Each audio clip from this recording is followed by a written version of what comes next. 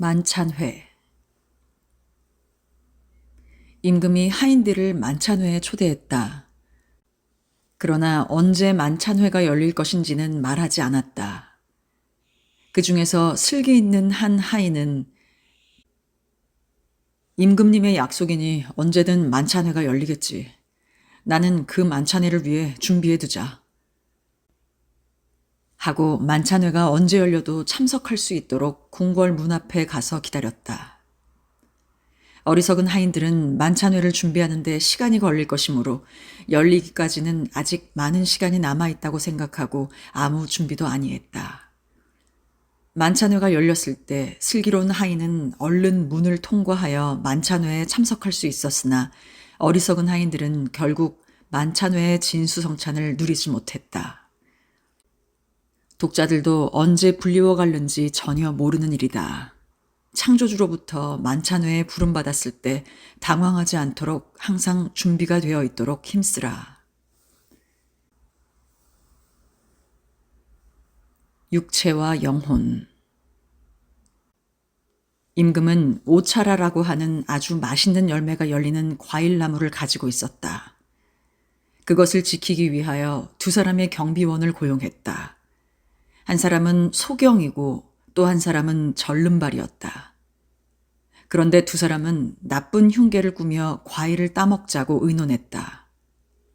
소경은 절름발이를 어깨 위에 올려 태우고 절름발이가 가리키는 방향으로 소경이 움직여 맛있는 과일을 마음껏 훔쳤다. 임금은 몹시 분노하여 두 사람을 신문했다. 소경은 보이지 않는 자기가 어떻게 과일을 딸 수 있겠느냐고 하고 절름발이는 나는 저렇게 높은 곳에 닿을 턱이 만무하다고 했다.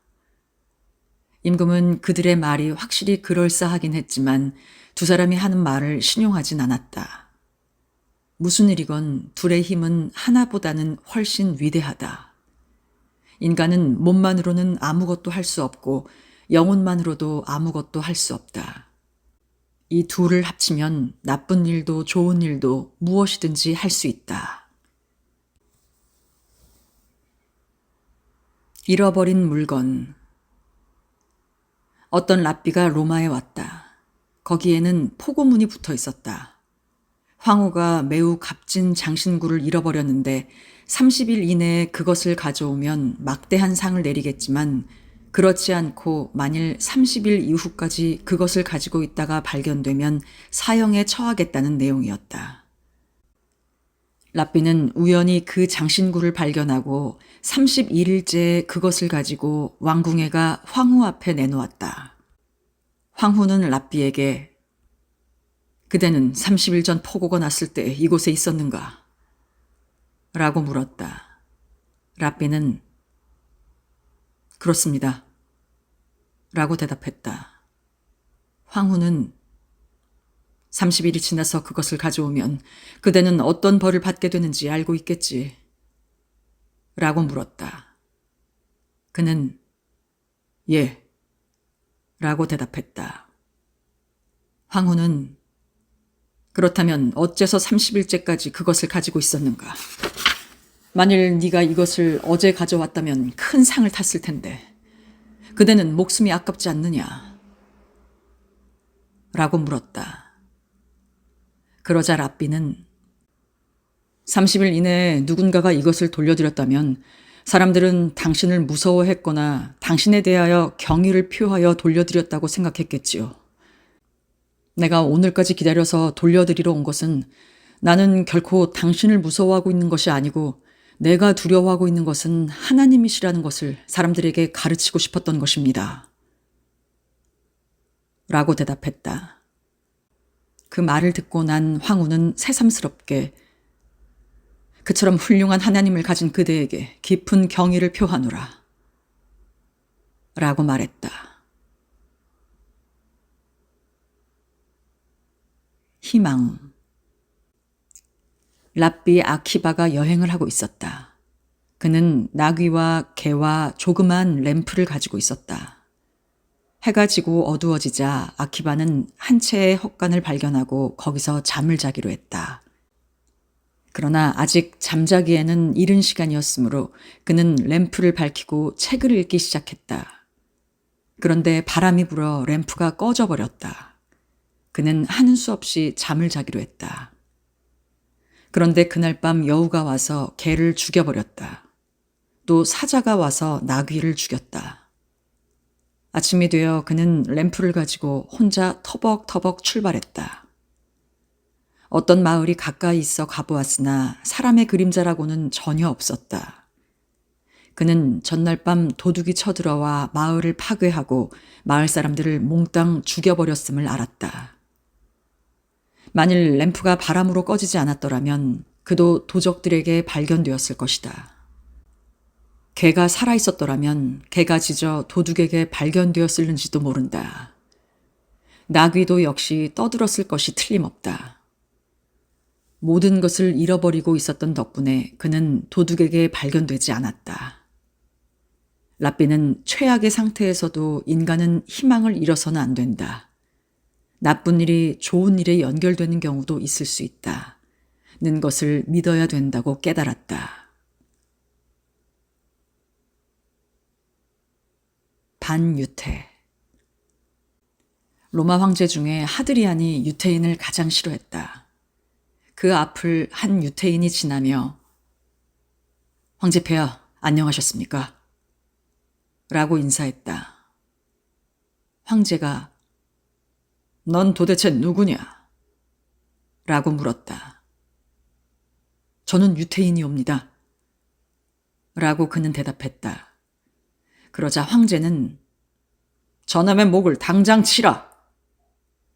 고 외쳤다. 이튿날 황제의 앞을 또 한 유태인이 걷고 있었으나 이번엔 아무 인사도 안 했다. 황제는 로마 황제에게 경의를 표하지 않은 죄로 저자의 목을 치라! 고 병사들에게 명했다. 그런데 황제의 곁에 있던 대신들이 폐하는 폐하께 인사드린 사람을 죽이고 이번에는 인사를 하지 않았다는 죄로 죽였는데 도대체 무슨 까닭이옵니까? 라고 물었다. 그러자 황제는 내가 할 일은 둘 다 정당한 것이다. 그대들은 모르는지 모르나 나는 유태인을 취급하는 방법을 알고 있다. 라고 대답했다. 어쨌든 반유태인이었던 하드리안 왕은 유태인이 무엇을 하든 유태인이라는 이유 하나만으로 죽여버렸다는 유명한 이야기이다.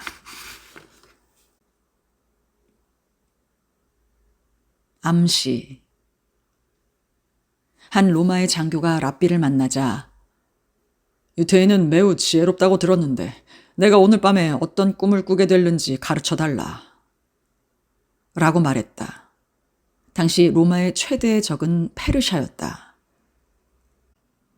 페르시아가 로마의 기습을 감행, 로마군을 쳐서 격파하고 로마를 지배하고 로마인을 노예로 하고 로마인이 가장 싫어하는 일을 시키는 꿈을 꿀 것이요. 라고 말했다. 이튿날 아침 전날에 로마 장교가 랍비한테 와서 어떻게 내가 어젯밤에 꾼 꿈을 당신은 미리 예언할 수가 있었소? 라고 말했다. 그 사관은 꿈이 암시에서 일어난다는 것을 모르고 있었으며 자기가 암시에 걸려 있었던 것조차 몰랐던 것이다. 판토마임. 로마 황제가 이스라엘의 가장 위대한 랍비와 친교를 맺고 있었다. 두 사람은 나이와 생일까지 똑같았기 때문이었다. 두 나라의 사이가 별로 좋지 못했을 때에도 두 사람은 늘 우정을 지속하고 있었다. 그러나 황제가 랍비와 친구라는 사실은 두 나라 정부의 관계도 있고 해서 드러내놓을 만한 것은 아니었다. 그래서 황제는 랍비에게 무엇을 묻고자 할 때에는 사자를 보내어 간접적으로 그것을 듣지 아니하면 안 되었다. 어느 날 황제는 랍비에게 사자를 보내어 나는 하고 싶은 일이 두 가지 있어. 하나는 내가 죽은 다음 내 아들을 황제로 하는 것이요. 둘째는 이스라엘에 있는 디베랴시를 자유관세 도시로 하고 싶소. 그 둘 중 나는 하나밖에는 수행할 수가 없는데 한꺼번에 두 가지를 다 수행하려면 어떻게 했으면 좋겠소? 라고 물었다. 두 나라 관계는 매우 악화돼 있었으므로 황제의 물음에 랍비가 답한 것을 알면 국민에게 몹시 악영향을 가져올 것이 분명했다. 따라서 랍비는 그 질문에 대하여 답을 보낼 수가 없었다. 황제가 돌아온 사자에게 전가를 주었을 때 랍비가 어떤 일을 하고 있었느냐 하고 물었다. 사자는 랍비가 아들을 어깨 위에 태우고 비둘기를 넘겨주니 아들은 그 비둘기를 하늘에 날렸는데 그 외에는 아무것도 아니했습니다. 라고 대답했다. 황제는 랍비가 하려는 말을 알았다. 즉, 먼저 아들에게 왕위를 물려주고 나서 아들이 관세를 자유케 하면 좋다는 뜻이었다. 다음에 또 황제로부터 물음이 있었다.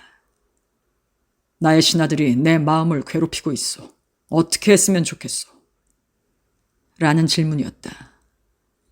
랍비는 역시 똑같은 판토마임으로 밭에 나가 야채 한 포기를 뽑아왔다. 몇 분 뒤에 밭으로 가서 야채 한 포기를 또 뽑았다. 조금 지나 같은 일을 또 했다.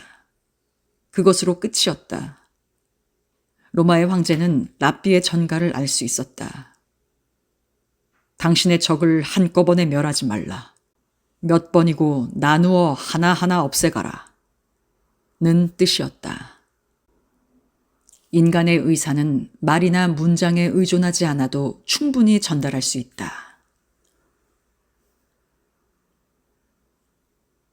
마음. 인간의 육체는 마음에 좌우되고 있다. 마음은 보고, 듣고, 서고, 걷고, 기뻐하고, 화를 내고, 부드러워지고, 탄식하고, 무서워지고, 부서지고, 교만해지고, 사람에게 설득되고, 사랑하고, 미워하고, 시기하고, 찾고, 반성한다. 가장 강한 인간은 그 마음을 스스로 제어할 수 있는 인간이다. 기도. 어떤 배에 여러 나라에서 모여든 사람들이 타고 있었다. 갑자기 폭풍이 일어났다. 사람들은 제각기 자기 나라의 자기가 믿는 신을 향하여 저마다의 방법으로 기도했다. 그런데도 폭풍은 더욱 더 심해졌다. 사람들은 모두들 유태인을 보고 당신은 어째서 기도하지 않소? 라고 힐난했으므로 유태인도 기도를 하기 시작했다. 그러자 폭풍이 이내 그쳤다. 배가 항구에 들어서자 사람들은 우리들이 열심히 기도했을 때에는 아무 영험도 없더니 어째서 당신이 기도하니까 폭풍이 이내 가라앉았을까? 라고 물었다. 유태인은 나도 잘은 모르지만 여러분은 제각기 여러분의 나라의 신에게 기도하였소. 바벨론 사람은 바벨론의 신께, 로마인은 로마의 신께 기도하였소. 그러나 바다는 어느 나라에도 속해 있지 않소. 우리의 하나님은 온 우주를 지배하는 넓고 크신 하나님이신 까닭에 바다에서 기도드린 나의 원을 들어주셨을 것이오. 라고 말했다. 암시장. 어느 날 한 재판관이 시장을 거닐다가 많은 작물이 시장에서 매매되고 있다는 것을 알았다. 그는 재판소에서 사람들이나 도둑에게 가르치기 위하여 무언가 시위 행위를 하려 했다. 그는 족제비 한 마리를 꺼내어 조그마한 고기 한 쪽을 주었다. 족제비는 곧 그것을 물고 자기의 작은 구멍으로 숨기려 갔다. 보고 있던 시민들은 족제비가 어디에 고기를 감추었는지 이내 알았다. 재판관은 거기 가서 그 구멍을 묻어버렸다. 그리고 족제비에게 훨씬 많은 고기를 다시 주었다. 족제비는 자기의 구멍이 있던 곳으로 달려갔지만 구멍이 막혀 있음을 알아차리고 그 고기를 가진 채 다시 재판관 앞으로 돌아왔다. 족제비는 자기가 가지고 있는 고기가 처치곤란했던지 다시 고기를 준 사람 앞으로 가지고 돌아왔다.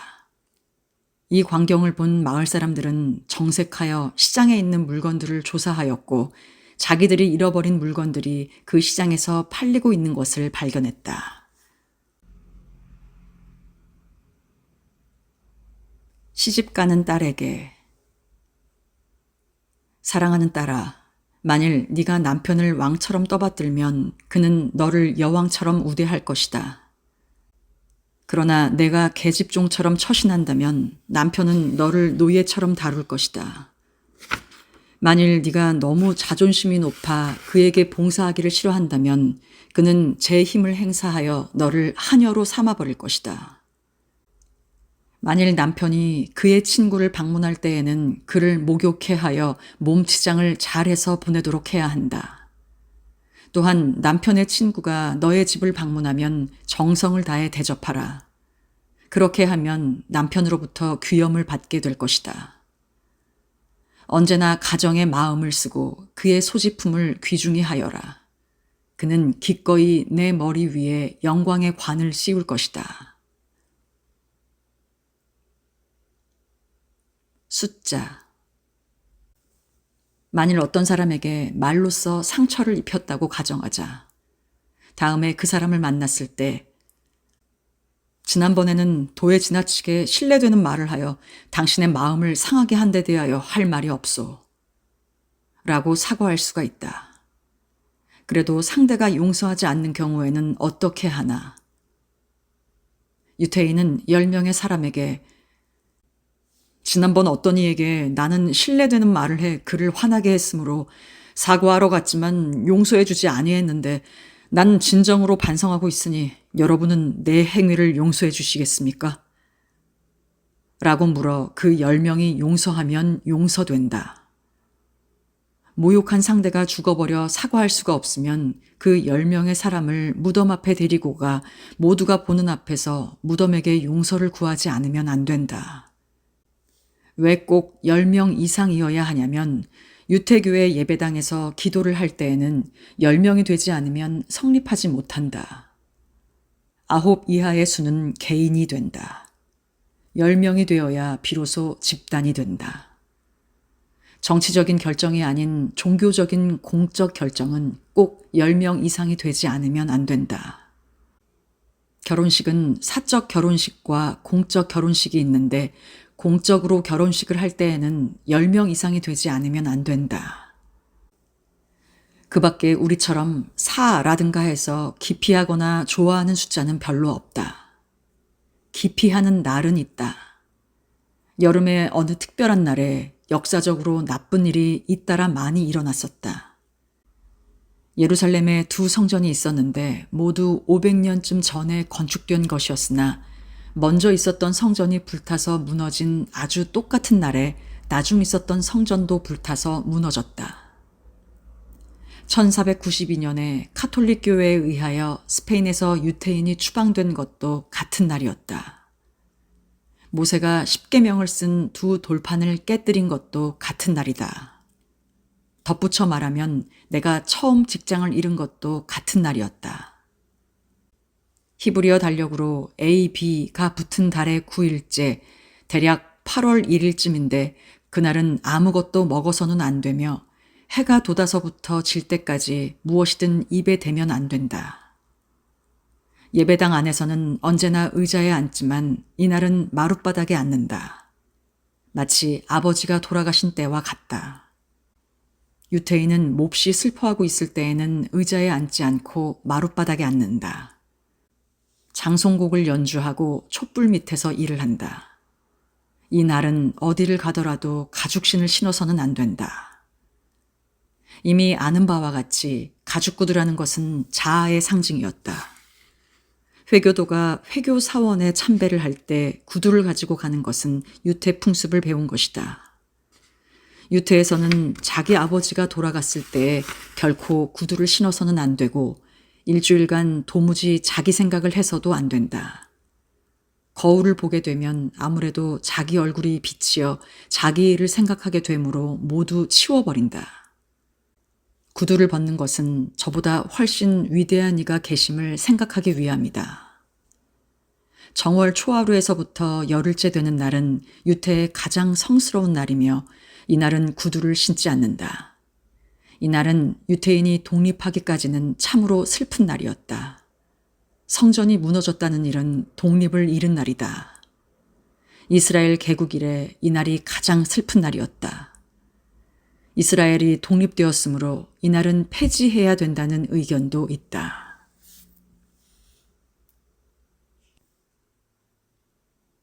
사랑. 솔로몬 왕에게는 매우 지혜롭고 아름다운 딸이 있었다. 어느 날 그는 꿈을 꾸고 딸의 남편이 딸에게 적합치 않은 나쁜 남자라는 것을 예감하였다.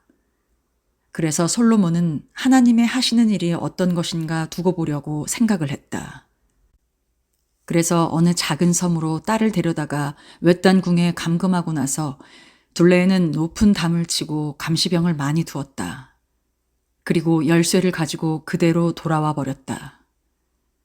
왕이 꿈속에서 보았던 상대방 남자는 어느 황무지를 홀로 헤매고 있었다.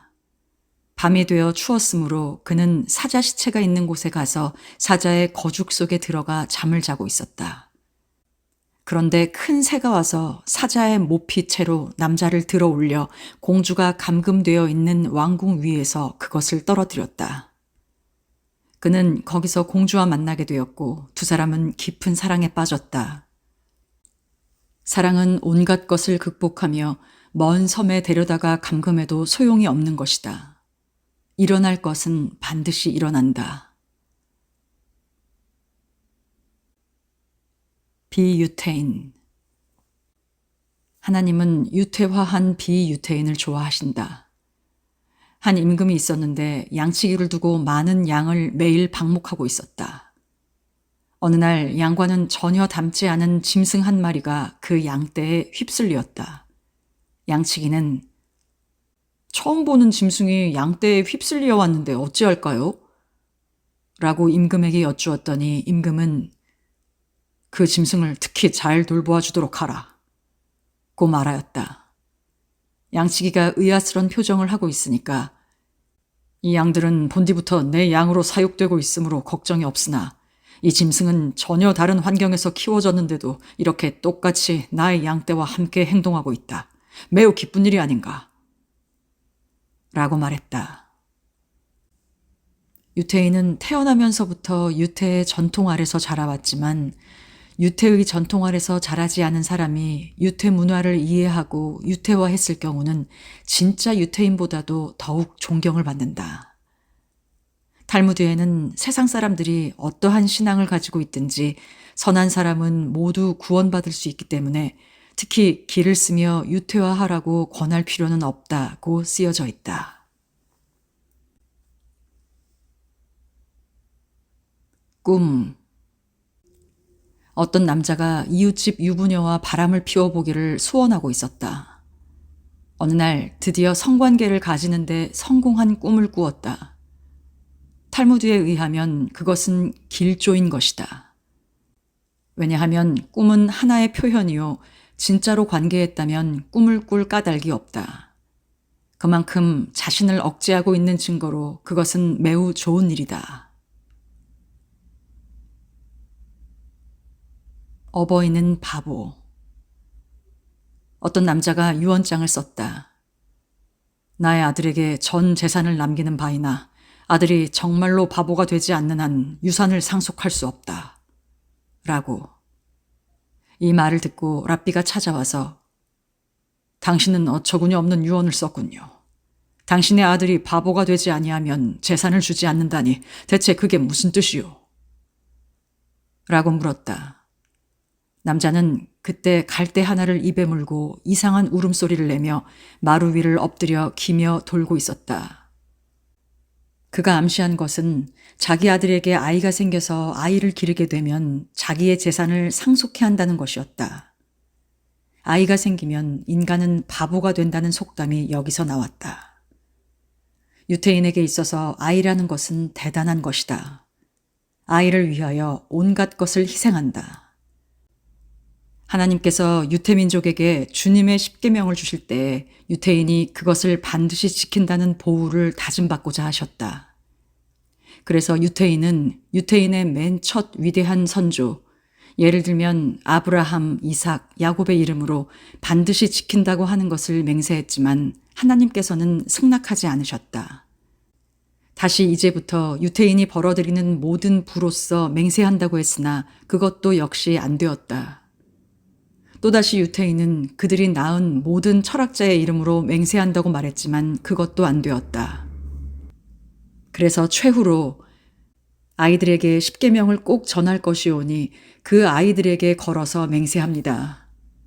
라고 했더니 하나님께서는 비로소 좋다고 하셨다. 교육. 가장 위대한 랍비가 북쪽 나라에 두 시찰관을 보냈다.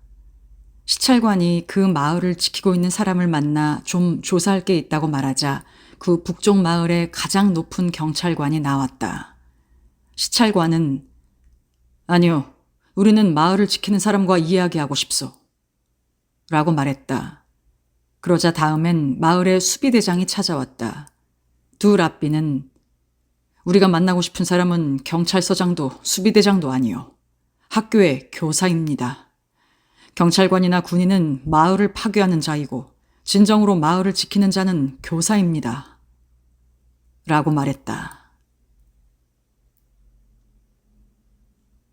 공로자. 어떤 임금이 병이 들었다. 그런데 매우 희귀한 병으로 암사자의 젖을 먹으면 좋습니다. 라고 전의가 말했다. 그러나 어떻게 암사자의 젖을 가져오느냐가 문제였다. 어느 영리한 남자가 사자가 살고 있는 동굴 가까이로 가서 새끼 사자를 한 마리씩 사자에게 주었다. 열흘째는 암사자와 그가 아주 가까워졌다. 그래서 임금의 약으로 쓸 것을 조금 얻어올 수가 있었다. 궁전으로 돌아오는 도중 그는 자기 몸의 각 부분이 서로 다투고 있는 백일몽을 꾸었다. 그것은 몸 가운데 어디가 제일 중요한가 하는 말다툼이었다. 발은 만일 발이 없었더라면 사자 있는 곳에까지 갈 수 없었을 것이라 하고, 눈은 보이지 않았다면 이 장소에 올 수가 없었을 것이라 하고, 심장은 아니 내가 없었더라면 도저히 여기까지 올 수가 없었을 것이라 했다. 그런데 혀가 불쑥 주장하였다. 말이 없었다면 너희들은 아무 소용도 없었을 것이다. 그러자 몸의 각 부분들이 뼈도 없고 아주 쓸모없는 조그만 몸의 한 부분인 주제에 건방진 소리 하지 말라. 라고 하며 혀를 침묵시켰다. 그런데 궁전에 남자가 도착했을 때 혀는 도대체 누가 제일 중요한가 내가 생각나게 해주마. 라고 말했다. 임금이 남자에게 이 젖은 무슨 젖이냐? 라고 묻자 남자는 갑자기 이것은 개젖이옵니다. 라고 외쳤다.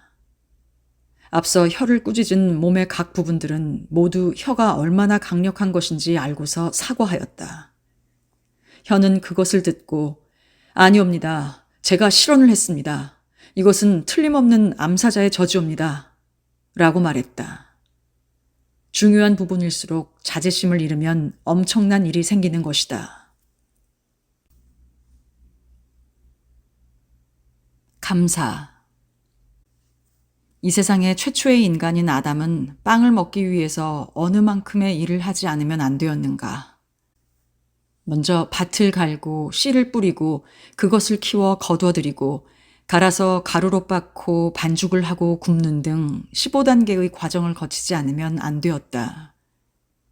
지금은 돈만 내면 빵집에 가서 만들어 놓은 빵을 사올 수가 있다.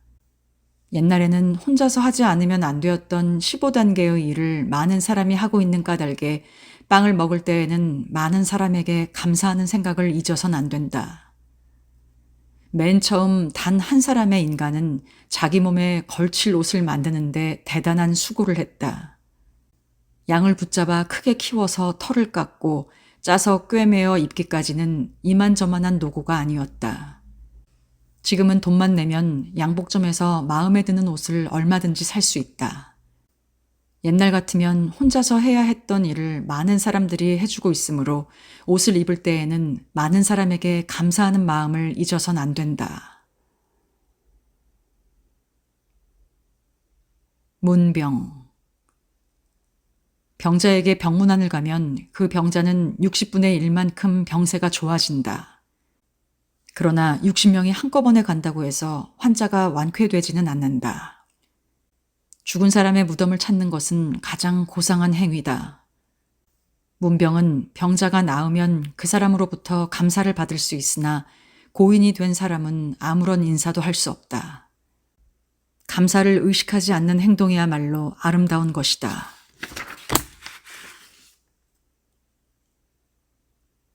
결론. 탈무드에는 연달아 4개월, 6개월 혹은 7년이란 오랜 기간 동안 갖가지 문제에 대하여 사람들의 의문을 제기한 이야기가 많이 나와 있다. 그 중에는 결론이 나지 않은 것도 있는데 그와 같은 이야기에는 맨 끝에 모른다고 써 있다. 이 교훈은 모를 때에는 모른다고 하는 편이 좋다고 하는 것이다. 탈무드에는 갖가지 결론이 내려진 이야기도 있지만 거기에는 반드시 소수의 의견이 소개되어 있다. 소수의 의견은 기록해두지 않으면 사라져버리기 때문이다.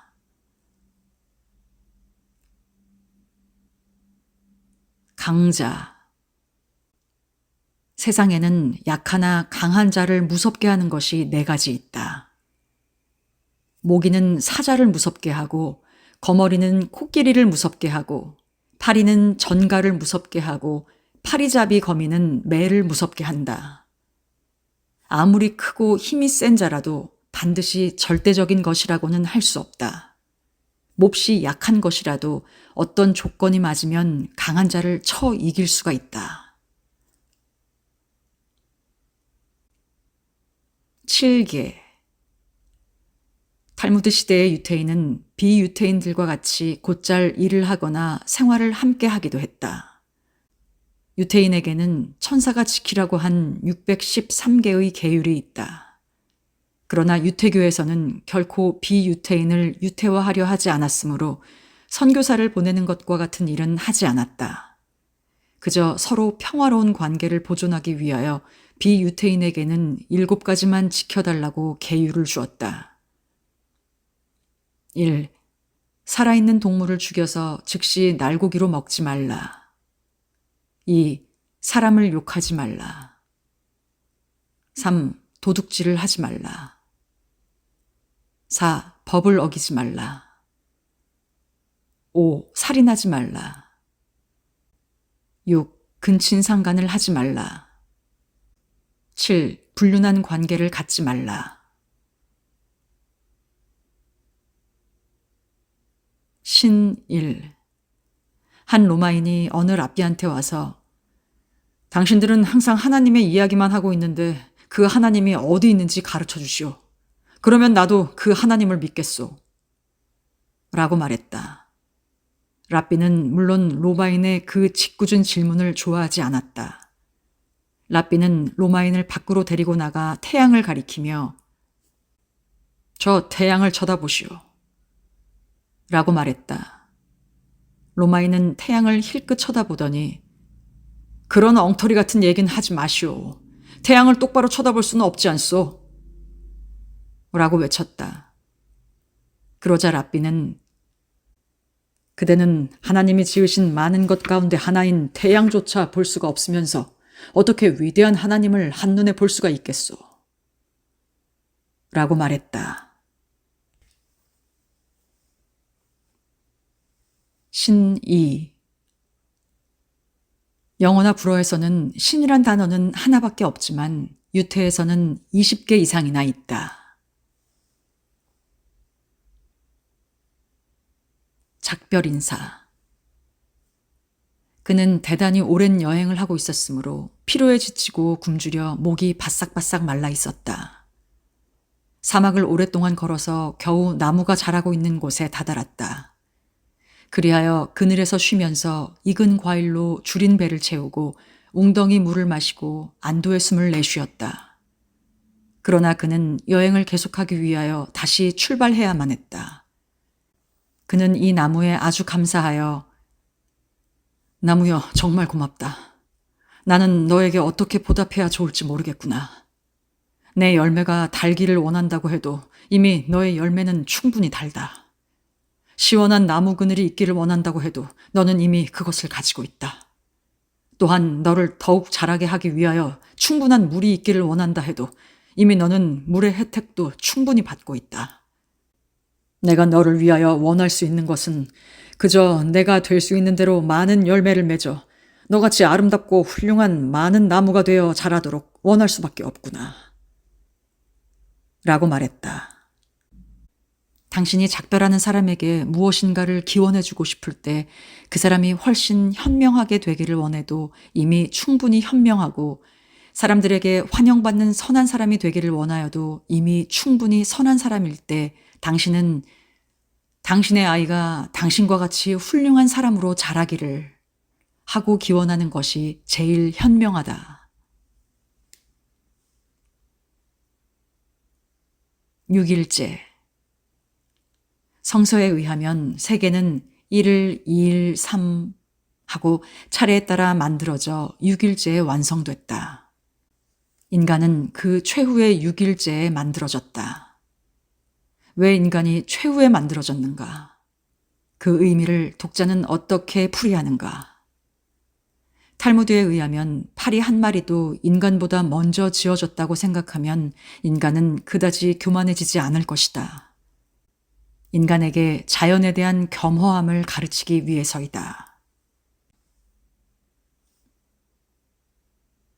조미료. 어느 안식일 토요일의 오후에 로마 황제가 친한 랍비를 방문했다. 황제는 사전 연락도 없이 갑자기 랍비 집에 나타났지만 그는 거기서 매우 즐거운 시간을 보냈다. 음식은 아주 맛이 있었고 식탁 둘레에서는 사람들이 소리 높여 노래를 부르며 탈무드에 나오는 이야기를 하고 있었다. 황제는 매우 기뻐서 다음 수요일에 이곳을 다시 방문하고 싶다고 자청했다. 수요일이 되어 황제가 와보니 사람들이 미리부터 준비하고 기다리고 있었으므로 제일 좋은 그릇에 음식을 차려놓고 안식일에는 쉬고 있었던 하인들마저 가지런히 접대하였다. 먼저 번에는 요리사가 없어서 차가운 것밖에 차려놓지 못했던 것과는 달리 따끈한 요리도 많이 차려져 있었다. 그럼에도 불구하고 황제는 음식은 역시 토요일 것이 맛이 있었어. 그 토요일 요리에 사용한 조미료는 도대체 무엇이었어? 라고 물었다. 랍비는 로마 황제께서는 그 조미료를 구하실 수가 없으십니다. 라고 말했다. 아니요. 로마 황제는 그 어떤 조미료라도 구할 수가 있어. 라고 가슴을 내밀며 말했다. 랍비는 유태의 안식일이라는 조미료. 이것만은 로마 황제인 폐하께서 아무리 노력해도 구하실 수 없으실 겁니다. 라고 말했다. 말 덫에 걸리다. 한 장사꾼이 도시에 혼자서 찾아왔다가 며칠 있으면 염가 판매가 있다는 것을 알게 되었다. 그래서 그는 며칠 동안 기다려서 물건을 사기로 했다. 그런데 그는 많은 현금을 가지고 있었으므로 그것을 잘 보관할 일이 걱정되었다. 그래서 그는 조용한 곳으로 가서 가지고 있는 돈을 전부 묻었다. 이튿날 그 자리에 돌아와 봤더니 돈이 없어졌다. 그는 여러모로 궁리해 보았지만 자기가 파묻고 있는 장면을 본 사람이 없었으므로 돈이 어째서 없어졌는지 알 도리가 없었다. 그런데 먼 곳에 집 한 채가 있고 그 집 벽에 구멍이 뚫려 있는 것을 알아챘다. 아마 그 집에 살고 있는 사람이 그가 돈을 묻은 것을 그 구멍으로 내다보고 그가 간 뒤에 파냈을 것이 틀림없다고 생각했다. 그는 그 집으로 가서 거기 살고 있는 늙은이를 만났다. 당신은 도시에 살고 있으니까 대단히 머리가 좋겠지요. 나는 당신에게 지혜를 빌리고 싶은 일이 있습니다. 실은 난 이 마을에 물건을 사러 왔습니다. 그런데 돈지갑을 가지고 왔어. 은화 500개가 들어있는 지갑과 은화 800개가 들어있는 지갑인데 그중 작은 돈지갑을 나는 몰래 어디다 묻었소. 그런데 큰 지갑도 마저 묻어두는 편이 좋겠습니까? 아니면 누군가 신뢰할 수 있는 사람에게 맡기는 것이 좋겠습니까? 라고 물었다. 늙은이는 내가 만일 당신이라면 나는 아무도 믿지 않겠소. 작은 돈지갑을 묻은 장소에 큰 돈지갑도 묻어버리겠소. 라고 대답했다. 욕심장이 늙은이는 그 장사꾼이 집에서 나가자 자기가 훔쳐왔던 돈지갑을 본래 묻어두었던 곳에 다시 묻어놓았다. 장사꾼은 그것을 보고 나서 자기 돈지갑을 파내어 무사히 다시 찾았다. 솔로몬의 재판. 안식일에 유태인 셋이 예루살렘으로 갔다. 당시에는 은행이 없었기 때문에 세 사람은 가지고 있던 돈을 함께 묻었다. 그런데 셋 중에 하나가 몰래 그곳으로 되돌아가 돈을 가져가 버렸다. 이튿날 날이 밝자 세 사람은 현인으로 알려진 솔로몬 왕을 찾아가 세 사람 중에 누가 돈을 훔쳤는지 판결을 해달라고 청을 했다. 솔로몬 왕은 지금 나는 다른 재판하는 일에 곤란을 당하고 있는데 그대들 세 사람은 매우 현명한 사람들이니 먼저 그 일을 거들어주기 바라노라. 그러면 그대들 세 사람의 문제는 내가 해결해 주겠다. 라고 말했다. 그리고는 다음과 같은 이야기를 했다. 한 젊은 처녀가 어느 남자에게 시집 가기로 약속했다. 그런데 얼마 후에 처녀는 다른 남자와 연애하여 처음에 약혼자를 만나 헤어지자고 제의를 했다.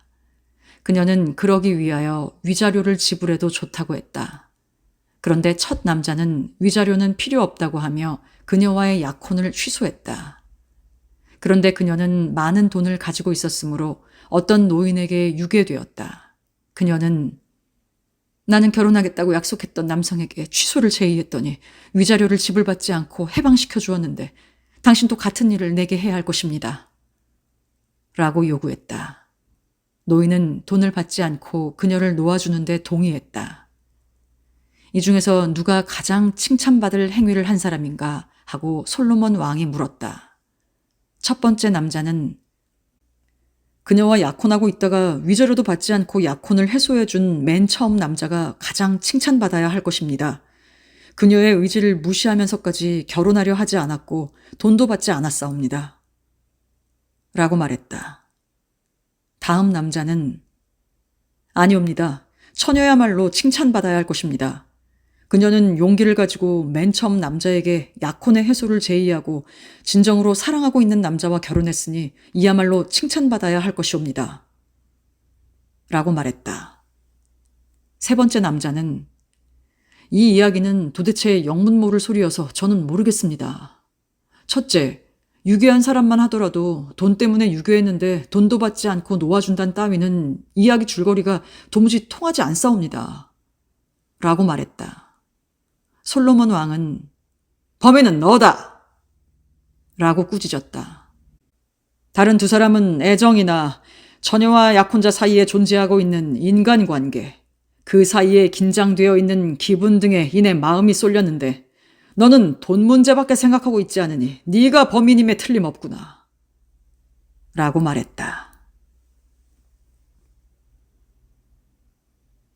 중용. 어떤 길을 행진하고 있는 군대가 있었다. 길 오른쪽에는 눈이 내리고 얼음이 얼어 있었다. 왼쪽은 불바다였다. 이 군대가 만일 오른쪽으로 가면 얼어 죽게 되고 왼쪽으로 가면 타 죽게 된다. 한가운데는 따뜻함과 서늘함을 적당히 얻을 수 있는 길이었다. 탈무드의 위대함. 600만 명의 유태인이 살해된 나치의 수용소에서 구출되어 살아남은 사람이 미국 대통령 트루먼에게 살해를 하려고 탈무드를 선사했다.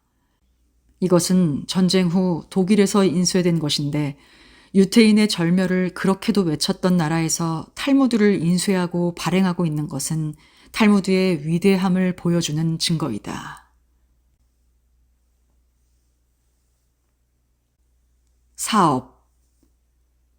유태의 역사는 매우 길다. 성서시대의 유태는 농경사회였었다.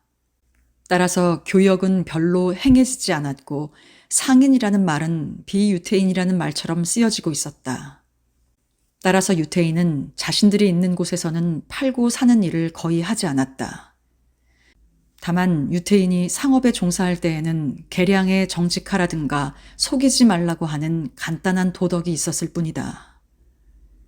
그러나 탈무드 시대가 되면서 교역 또는 사업이 대단히 발달하고 있었으므로 탈무드에서도 사업에 대하여 매우 큰 관심을 보여주게 되었다.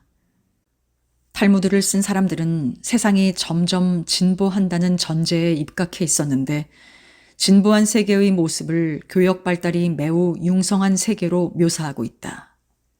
그리고 그 사업을 행함에 있어서 어떠한 도덕을 지킬 것이냐 하는 데에 많은 지면을 제공하고 있다.